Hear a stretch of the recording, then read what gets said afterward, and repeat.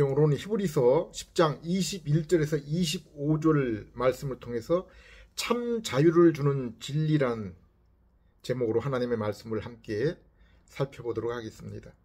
지난 금요일에는 일을 마치고 아내와 함께 집에서 좀 떨어진 금촌에 있는 메가박스에서 건국전쟁 2라는 영화를 보았습니다.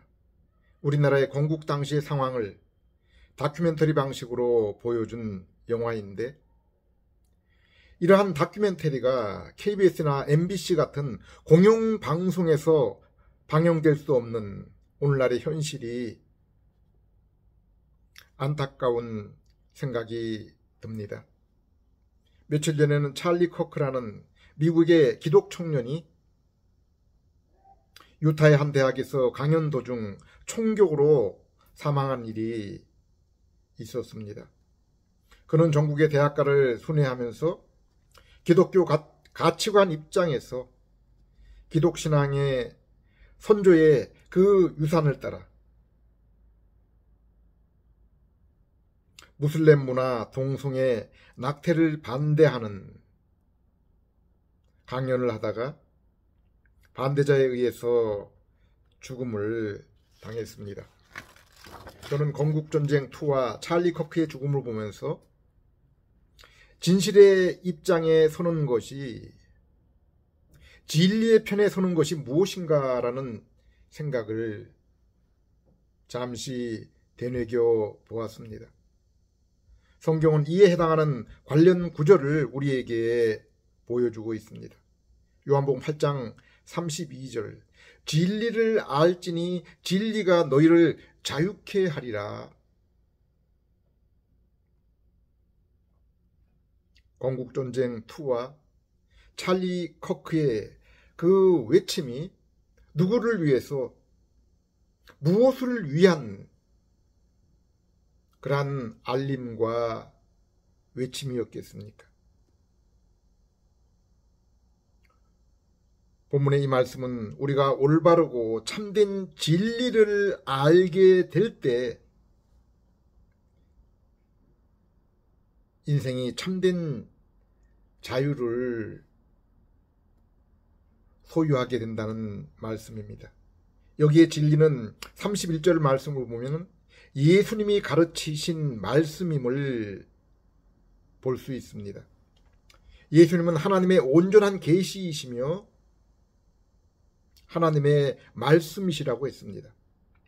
요한복음 14장 6절에서는 또한 예수님 스스로가, 예수님 자신이 곧 진리다라고 말씀했습니다.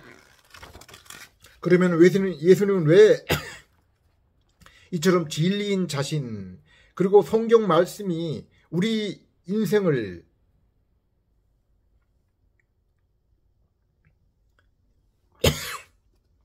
왜 예수님은 자신인 그 진리이신 자신과 성경 말씀, 자신의 그 말씀이 우리 인생을 참으로 자유롭게 만든다고 했습니까? 이 사실을 우리가 성경의 창세기 1장에서 3장을 살펴보면 그 이유를 알 수 있습니다. 창세기 1장 26절에서 28절을 보면 하나님은 천지 만물을 창조하신 후에 인간을 하나님 자신의 형상으로 지으셨습니다.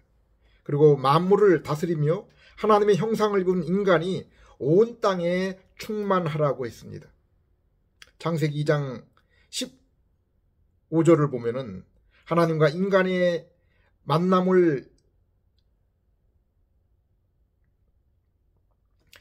만남이 이루어진 장소, 곧 성전인 에덴 동산을 아담을 통해 지키고 관리하도록 그러한 직책을 허락하셨습니다. 이처럼 하나님은 하나님을 섬기고 인간이 하나님의 뜻 가운데 온 땅에 충만해지며 만물을 다스리도록 하나님은 인간인 우리에게 하나님의 모습을 입히신 것입니다. 그리고 2장 16절 17절에 아담에게 동산 가운데 있는 선악과 열매는 먹지 말라. 그것을 먹으면은 반드시 죽으리라고 했습니다. 하나님은 동산 가운데 선악과뿐 아니라 영생을 의미하는 생명나무 또한 그곳에 두셨습니다. 여기에 선악과는 하나님이 정하신 선악의 계명을 의미하는 것입니다. 하나님의 형상을 입은 아담은 하나님이 원하시는 선과 하나님이 원치 하시는 악을 마음에 심긴 하나님의 지식을 따라서 알고 있었고 하나님의 의와 거룩의 성품 또한 지니고 있었기 때문에 하나님의 계명에 순종하며 하나님과 교제할 수 있었던 것입니다. 그러나 하나님은 아담에게 이것을 거부할 수 있는 자유 또한 주셨고 사단의 시험이 올 때 아담은 선악과 열매를 먹음으로 이러한 선택을 한 것입니다. 아담은 하나님의 명령에 순종했을 때 분명히 요한계시록 21장 22장에 말씀한 자신의 상태가 현재 그 에덴 동산의 상태보다 더 나은 상태, 곧 영광을 입으신 예수님과 같은 상태, 그리고 타락이 없는 영원한 영생의 상태에 아담이 그 계명을 순종해서 하나님이 그 정하신 때에 이르게 되었을 것입니다. 그런데 아담은 선악과 시험에 불순종함으로 하나님과의 교제가 끊어지는 영적인 죽음, 그리고 그 후에 육체적인 죽음에 이르게 되었고 성경은 이 땅의 모든 불순종한 죄인이 육체의 죽음 이후에 영원한 형벌이 있으리라고 말씀하고 있습니다. 또한 아담은 하나님과 교제를 나누던 성전인 에덴 동산에서도 추방이 된 것입니다. 에베소 2장 1절에서 3절에는 아담과 그 이후의 모든 인간이 아담의 불순종, 곧 원죄와 또 인간 스스로의 자범죄로 인해서 하나님과의 영적인 교제가 끊어진 그러한 상황 가운데 처해져 있다고 했습니다. 또한 그로 인해 인간이 하나님과 그 뜻을 행하는 것이 아니라 하나님을 향하고 그 뜻을 행하는 것이 아니라 자신의 뜻과 자신의 몸의 정욕을 위해서 살게 되었고 이러한 상황을 마귀의 종된 상태로 표현했으며 그로 인해 하나님의 진노의 형벌 아래 놓이게 되었다고 했습니다. 마태복음 11장 28절에는 이러한 인간의 상태를 수고하고 무거운 짐을 진 상태라고 표현했습니다. 저는 군생활 가운데 무거운 군장과 함께 오랜 행군을 경험한 적이 있습니다. 인생에 있어서 그러한 고통보다 더 힘든 것이 있을까요? 그것은 하나님을 떠나 죄 가운데 사는 인생의 수고와 고통이라고 했습니다. 그리고 이러한 수고와 고통에서 예외인 인생은 아무도 없다고 했습니다. 로마서 3장 9절에서 18절에 죄 아래 있는 인생의 불의와 고통에 대해서 자세히 설명하고 있습니다. 14절에서 18절 그 입에는 저주와 악독이 가득하고 그 발은 피 흘리는 데 빠른지라 파멸과 고생이 그 길에 있어 평강의 길을 알지 못하였고 그들의 눈에 하나님을 두려워함이 없느니라 라고 말씀했습니다. 이러한 인생의 삶을 우리는 날마다 세상 가운데서 보고 있으며 또한 성도인 자신에게서도 날마다 죄를 향하려는 육신에 남아있는 죄의 속성을 날마다 보고 있습니다. 그렇다면 이러한 죄와 허물로 인한 영적인 죽음, 이 영적 죽음의 결과로 육체의 죽음과 영원한 지옥 형벌, 곧 하나님과의 영구적인 결별의 상황이 오게 되는데, 이곳에서 벗어나 다시 하나님의 형상을 회복하며 하나님과의 관계를 회복하는 것이 바로 요한복음 32절이 말씀하는 자유입니다. 아담 이후의 모든 후손은 아담을 제외하고 모두가 다 인류 역사 가운데, 그리고 자신의 인생 가운데서 단 한 번도 이러한 자유를 경험해보지 못한 가운데 살아가고 있습니다. 하나님과의 그 만남과 친교, 또 예배를 전혀 경험하지 못한 가운데 살아가고 있는 것입니다. 이 자유는 오직 진리를 통해서 오는 것이며 우리의 삶 속에 경험되는 것입니다. 그리고 그 진리는 설명한 것처럼 예수님 자신과 예수님의 말씀, 곧 성경 말씀입니다. 하나님은 이 진리, 곧 약속의 말씀을 아담이 죄를 지은 직후에 에덴 동산에서 추방당하기 전에 주셨습니다. 곧 창세기 3장 15절에 말씀한 여인의 후손을 통해 너희를 마귀의 손에서 자유케 하시겠다는 말씀입니다. 그리고 여기 여인의 후손이 바로 육신으로 오신 하나님 예수 그리스도이십니다. 하나님은 아담의 범죄 이후 칠흑 같은 세상에 이 구원자를 보내시기 위해서 선지자들과 그리고 한 민족을 선택하시고 보존하셨습니다. 곧 셋의 후손, 노아의 후손, 그리고 마침내 그 가운데 아브라함, 그리고 그의 후손으로 이스라엘을 나타나게 하신 것입니다. 그리고 이들 선지자와 이스라엘이 나타내기로 예비하신 분이 바로 진리이신 예수 그리스도입니다.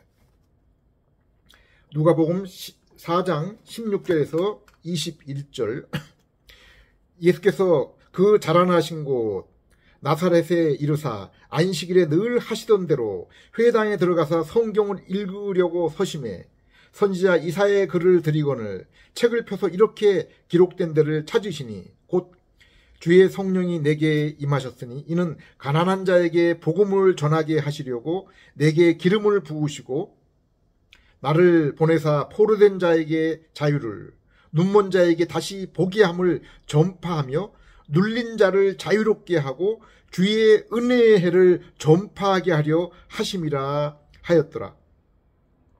그 책을 덮어 그 맡은 자에게 주고 앉으시니 회당에 있는 자들이 다 주목하여 보더라. 이에 예수께서 그들에게 말씀하시되 이 글이 오늘 너희의 귀에 응하였느니라 하시니, 예수님이 오시기 오래전 선지자 이사야는 자신에게 임하신 성령님을 통해서 장차 이루어지게 될 은혜의 시대에 대해서, 은혜의 새 시대에 대해서 예언한 것입니다.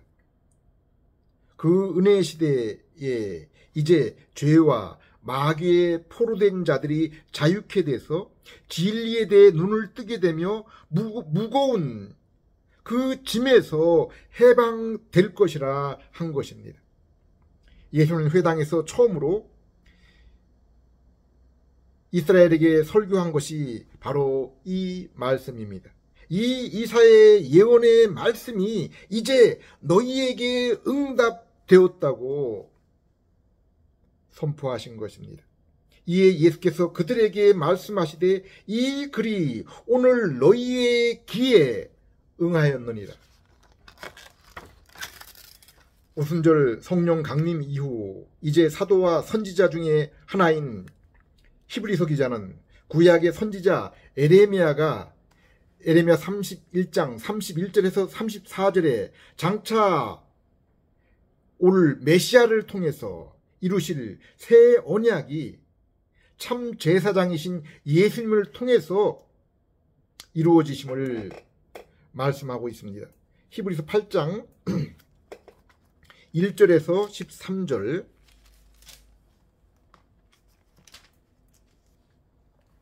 지금 우리가 하는 말의 요점은 이러한 대제사장이 우리에게 있다는 것이라. 그는 하늘에서 지극히 크신 이의 보좌 우편에 앉으셨으니 성소와 참 장막에서 섬기는 이시라. 이 장막은 주께서 세우신 것이요 사람이 세운 것이 아니니라. 대제사장마다 예물과 제사를 드리기 위하여 세운 자니 그러므로 그도 무엇인가를 드릴 것이 있어야 할지니라. 예수께서 만일 땅에 계셨다면 제사장이 되지 아니하셨을 것이니 이는 율법을 따라 예물을 드리는 제사장이 있음이라. 그들이 섬기는 것은 하늘에 있는 것의 모형과 그림자라. 모세가 장막을 지으려 할 때 지시하심을 얻은 것 같으니 이르시되 산과 모든 것을 산에서 내게 보이던 본을 따라 지으라 하셨느니라. 그러나 이제 그는 더 아름다운 직분을 얻으셨으니 그는 더 좋은 약속으로 세우신 더 좋은 언약의 중보자시라. 저 첫 언약이 무음하였더라면 둘째 것을 요구한 일이 없었으려니와 그들의 잘못을 지적하여 말씀하시되 주께서 이르시되 볼지어다 날이 이르리니 내가 이스라엘 집과 유다 집과 더불어 새 언약을 맺으리라. 또 주께서 이르시되 이 언약은 내가 그들의 열조의 손을 잡고 애굽 땅에서 인도하여 내던 날에 그들과 맺은 언약과 같지 아니하도다. 그들은 내 언약 안에 머물러 있지 아니하므로 내가 그들을 돌보지 아니하였느니라. 또 주께서 이르시되 그 날 후에 내가 이스라엘 집과 맺을 언약은 이것이니 내 법을 그들의 생각에 두고 그들의 마음에 이것을 기록하리라. 나는 그들에게 하나님이 되고 그들은 내게 백성이 되리라. 또 각각 자기 나라 사람과 각각 자기 형제를 가리켜 이르기를 주를 알라 하지 아니할 것은 그들이 작은 자로부터 큰 자까지 다 나를 알미라. 내가 그들의 불의를 긍휼히 여기고 그들의 죄를 다시 기억하지 아니하리라 하셨느니라. 새 언약이라 말씀하였으니 첫 것은 낡아지게 하신 것이니 낡아지고 쇠한 것은 없어져 가는 것이라. 하나님이 출애굽한 이스라엘에게 모세를 통해 주셨던 그 언약의 말씀, 그것을 새 언약으로 바꾸는 그 날, 그 시대에 바로 그것이 그리스도의 그 이 땅에 오신 그 날, 그 시대를 말씀하시는 것이라고 있습니다. 우리가 성경을 올드 카버넌트, 뉴 카버넌트로 부르는 것은 참 진리인 예수님이 오실 것을 예언한 그 올드 커버넌트, 구 언약, 그리고 예수님이 이루실 새 언약을 합하여 말하는 것입니다. 올드 커버넌트, 옛 언약 시대에 속한 이스라엘은 희미한 그림자 모형을 통해 장차 오실 메시아 예수님을, 그리고 신약의 성도는 새 언약을 이루신 예수님을 믿어서, 곧 진리 되신 예수 그리스도를 믿어서 옛 언약의 그 율법의 성도들은 장차 오실 그 예수 그리스도, 그리고 신약의 성도들은 새 언약을 이루신 그 예수님, 그분을, 이미 오신 그분을 믿어서 죄와 사망, 형벌과 마귀의 종에서 해방되어 하나님의 자녀로서 자유를 누리게 된 것입니다. 갈라디아서는 이 자유에 대해서 노래한 하나의 해방 선언문입니다. 5장 1절, 그리스도께서 우리를 자유롭게 하려고 자유를 주셨으니 그러므로 굳건하게 서서 다시는 종의 멍에를 매지 말라. 13절 형제들아 너희가 자유를 위하여 부르심을 입었으나 그러나 그 자유로 육체의 기회를 삼지 말고 오직 사랑으로 서로 종노릇하라. 그런데 오늘날에 많은 이단들처럼 갈라디아 교회에도 이 자유를 얻기 위해서 자신의 행위 곧 율법의 순종을 통해서 이것을 이루려고 했습니다. 오늘날에도 큰 교회에 이름 있는 설교자, 능력 체험, 은사 집회 등이 사람들의 주목과 인기를 끌고 있습니다. 바울은 이런 자들에게 묻고 있습니다. 갈라디아 3장 1절 2절 어리석도다 갈라디아 사람들아 예수 그리스도께서 십자가에 못 박히신 것이 너희 눈앞에 밝히 보이거든 누가 너희를 꾀더냐. 내가 너희에게서 다만 이것을 알려 하노니 너희가 성령을 받은 것이 율법의 행위로냐 혹은 듣고 믿음으로냐. 우리가 이 말씀을 이해하기 위해서는 율법의 행위에서 말씀하는 율법이 무엇인가를 먼저 이해해야 됩니다. 율법은 이스라엘이 하나님의 은혜로 모세의 인도를 통해서 애굽의 노예 상태에서 구원을 받은 이후 40여일 만에 광야 시내산에서 하나님으로부터 받은 하나님의 백성 이스라엘이 마땅히 지켜야 될 그러한 사명, 계명, 규정을 말씀하는 것입니다. 그러나 이것은 또한 넓은 범위로는 구약 성경 전체를 말씀하기도 하는 것입니다. 로마 3장 20절 21절은 이러한 율법의 범위와 기능에 대해서 잘 말씀해주고 있습니다. 율법은 먼저 하나님의 백성이 순종해야 될 계명, 사명입니다. 하나님의 자녀인 아담에게 선악과 열매를 먹지 말라는 계명과 같은 것입니다. 그러나 이것은 구원과는 무관한 것입니다. 내가 율법을 지켜야 구원을 얻는다는 구원의 그 길을 말하는 것이 아닙니다. 아담에게 있어서도 먼저 아담은 하나님의 형상으로 지음을 받아서 왕, 제사장, 선지자로 곧 이 땅에 하나님의 아들 대리인으로 먼저 부름을 받은 것입니다. 그리고 하나님의 백성으로 사명을 감당하도록 하기 위해서 선악과 계명을 주신 것입니다. 물론 아담에게는 이 계명의 순종의 결과로 영생이 약속이 되었습니다. 이스라엘 또한 하나님이 택하신 자녀로 애굽으로부터 부름과 구원을 받은 후에 이 율법이 주어진 것입니다. 그런데 이스라엘은 예수님 당시까지도 이 율법을 순종하고 지킴으로 구원을 얻으려고 한 것입니다. 죄인 상태의 이스라엘이 결코 이 율법을 지킬 수 없고 설령 그것을 지킨다고 해도 구원이 약속된 것이 아닙니다. 그러므로 이러한 율법의 기능은 나의 이러한 율법의 행위로는 결코 구원에 이를 수 없구나 하는 나 자신의 그 죄성과 죄를 깨닫는 갈라디아에서 설명하고 있는 몽학 선생, 곧 하나님의 은혜와 긍휼을 의지하여야만 그리스도에게 나아갈 수 있는 그러한 통로, 안내의 역할을 하는 것입니다. 22절에는 이 율법의 또 다른 기능은 하나님의 언약으로서 그리스도를 보여주는 증거, 곧 진리 되신 예수 그리스도를 나타내는 선지적 기능을 직접적으로 보여주는 것이었습니다. 예수님은 광야의 나무 위의 뱀, 광야의 만나, 반석의 물 등 구약 성경에 나오는 여러 모양과 상징들이 바로 자신을 가리키는 것이라 분명하게 말씀했습니다. 그러므로 바울은 갈라디아 성도에게 성도가 성령님을 모신 것은 오직 신구약 성경의 진리의 말씀을 통해서 예수 그리스도를 믿음으로 이루어진 것이라 말씀한 것입니다.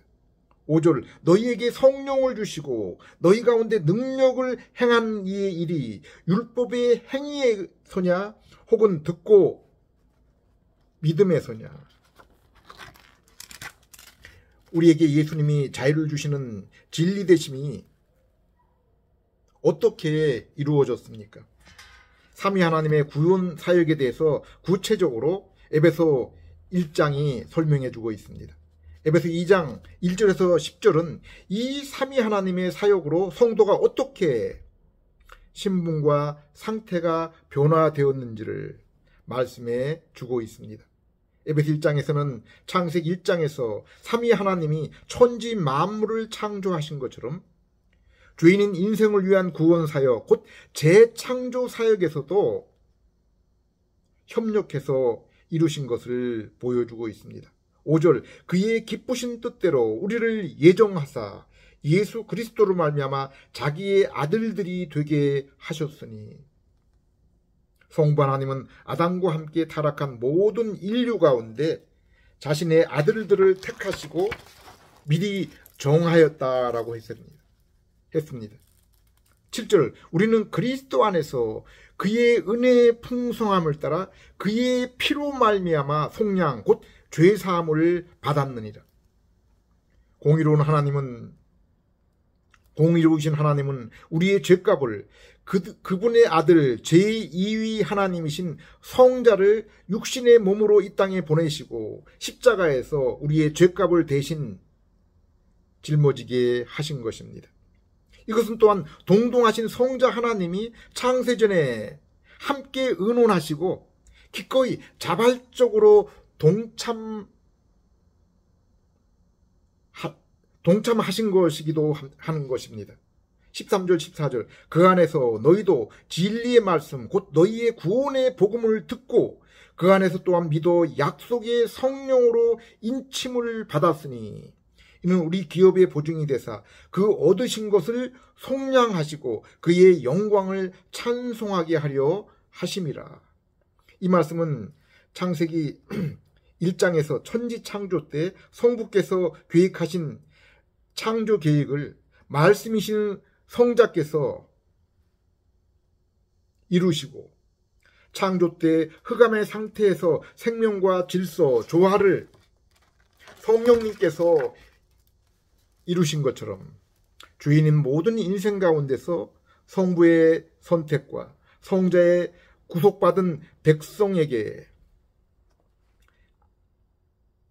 성령님께서 진리의 말씀 곧 복음을 들을 때 역사하셔서 믿음을 주시고 구원의 사건이 믿는 자 개인의 삶에 적용되게 하신 것입니다. 구원의 순서로 보면은 성부의 택하심, 그리고 성령님의 새 생명으로의 중생, 그리고 진리의 말씀은 중생을 위한 도구로 사용된 것으로 나타나고 있습니다. 마치 구약시대에 이스라엘이 구원을 얻은 후에 하나님의 말씀을 받았고 아담 또한 하나님의 형상으로 창제되고 직분을 받은 후에 계명이 주어진 순서와 마찬가지입니다. 이것처럼 바로 성부의 택하심과 그리고 그 중생의 그 증거로서 진리인 말씀이 나타난 것입니다. 에베소 2장의 죄와 허물로 영적으로 죽어있는 인생에게 구원의 그 변화의 순서가 나옵니다. 그들은 하나님께 불순종, 곧 죄와 허물로 하나님께 대해 영적으로 죽었고 그 뒤에 육적인 사망과 영원한 하나님의 진노의 지옥 형벌이 순서적으로 이어지게 되는 것입니다. 그리고 불순종의 마귀의 자녀로 하나님의 영광과 말씀에서 떨어져 자신의 뜻과 정욕의 삶, 곧 죄에 순종하는 삶을 살게 되는 것입니다. 이러한 진노의 마귀의 자녀, 정욕교의 백성이 성부 하나님의 풍성하신 긍휼로 아들의 십자가 죽음을 통해서 성령님의 중생의 은혜, 곧 믿음을 통해 영혼이 부활, 곧 하나님의 형상으로 회복이 되어서 하나님과 영적 교통이 이루어지며 곧 하나님의 자녀됨과 하나님의 자녀다운 선한 삶을 살아가는 그 성품을 얻게 된 것입니다. 로마서 8장 29절에는 이제 하나님의 양자로서 예수 그리스도의 형상을 본받는 자가 되기 위해서 부름을 얻었다고 했습니다.